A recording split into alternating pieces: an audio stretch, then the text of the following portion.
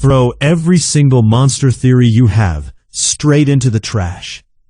We spent 4 seasons terrified of the wrong thing.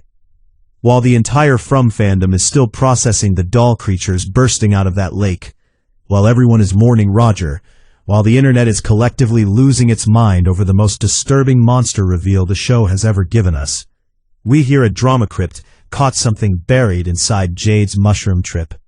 Something the show has been hiding for 4 full seasons.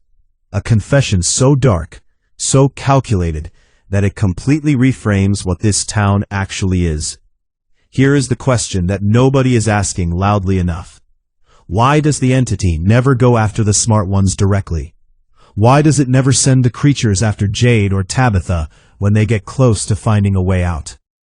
Because episode 5 just handed us the answer, and it is far more disturbing than any doll with a ripped jaw ever could be.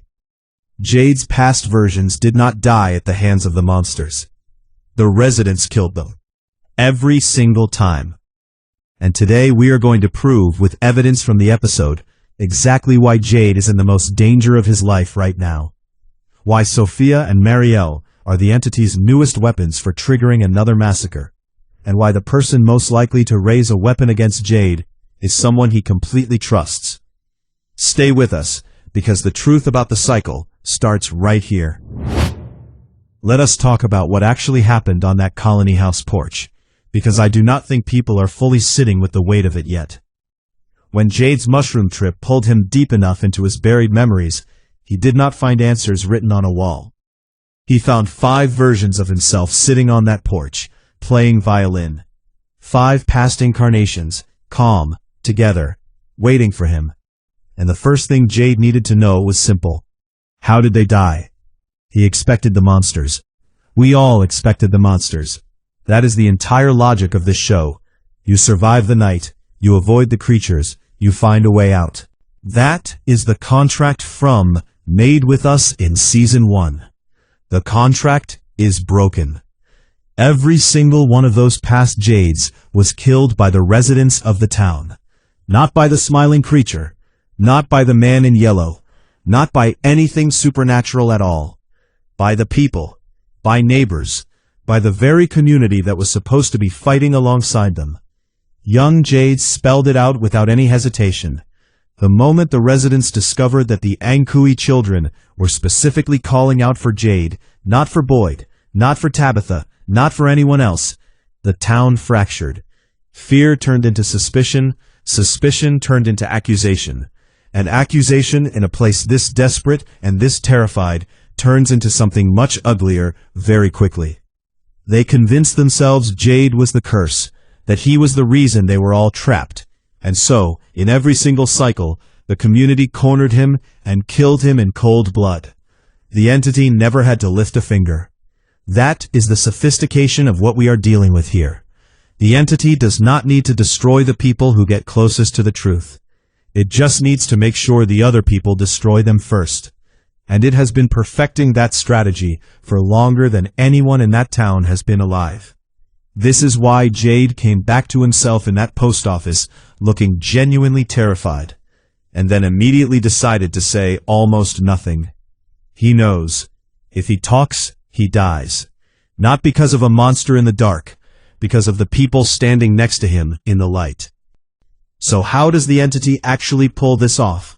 How does it take a group of people who are genuinely trying to survive together and turn them into executioners? This is where episode 5 gave us the clearest blueprint the show has ever provided. The entity does not use brute force against the leaders. Specifically, it plants seeds of doubt at precisely the right moment, in precisely the right people. And then it steps back and watches the harvest.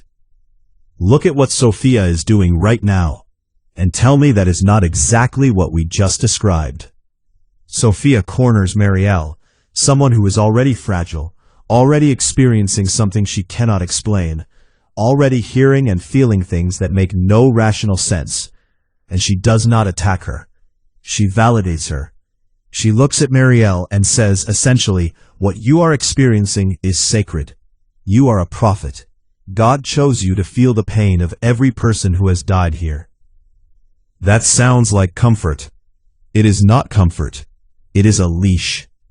Because once Marielle believes that framework, once she accepts that her suffering is divine purpose rather than manipulation, she becomes completely controllable. And more importantly, she becomes a carrier. Someone who will spread that interpretation to others. Someone who, when Jade or Tabitha start talking about the tunnels and the grave and the 7 stones, will already have a theological counter-narrative ready. That is not salvation, that is blasphemy. And while Sophia is building that weapon, she is also standing in a doorway, listening to Julie and Randall tear each other apart, wearing the quietest, most satisfied expression on her face. She is not there by accident.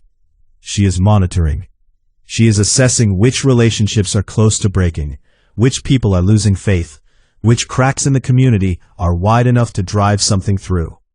The entity always plays the long game. We just had not seen the full board until now.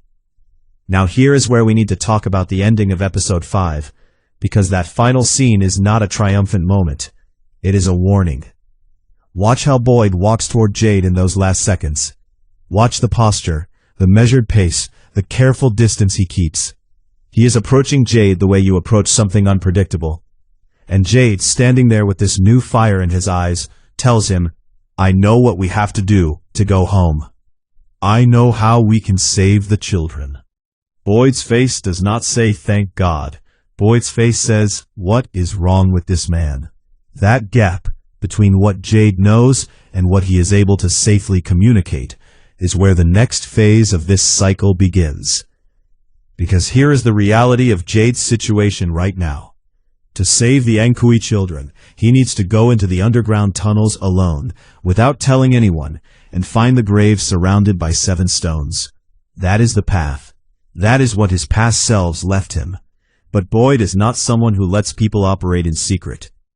Donna is not someone who lets people carry information she does not have access to, especially now. She just watched Roger die. The resident count is down to 46, and she is holding this community together by sheer force of will. The moment either of them senses that Jade is moving in the dark, withholding something significant, the suspicion will start. And the entity knows this.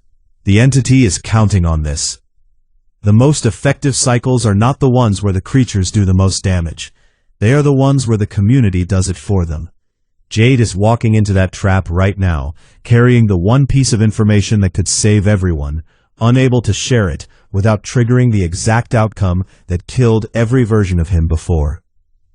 We are not saying Boyd is going to betray Jade on purpose.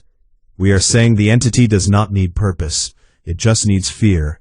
And fear in this town has a perfect track record. Here is the thing about From that episode 5 made undeniably clear. This is not a show about monsters. It never really was. It is a dissection of what human beings become when they are pushed past their breaking point. The creatures are real, and they are terrifying, but the cycle, the actual mechanism that keeps everyone trapped, runs entirely on what people do to each other. The entity figured that out a long time ago, and it has been letting us do the work ever since. Jade now holds the key. He also holds, whether he realizes it fully or not, a death sentence, one that gets activated the moment the wrong person finds out what he knows. So we want to hear from you. Do you think Jade can actually execute this alone? Can he get into those tunnels, find that grave, and do whatever needs to be done before Boyd or Donna figure out what he is hiding? Or is this the cycle closing in again? And is Boyd the one who finally pulls the trigger? Drop your theory in the comments. The strongest one gets pinned.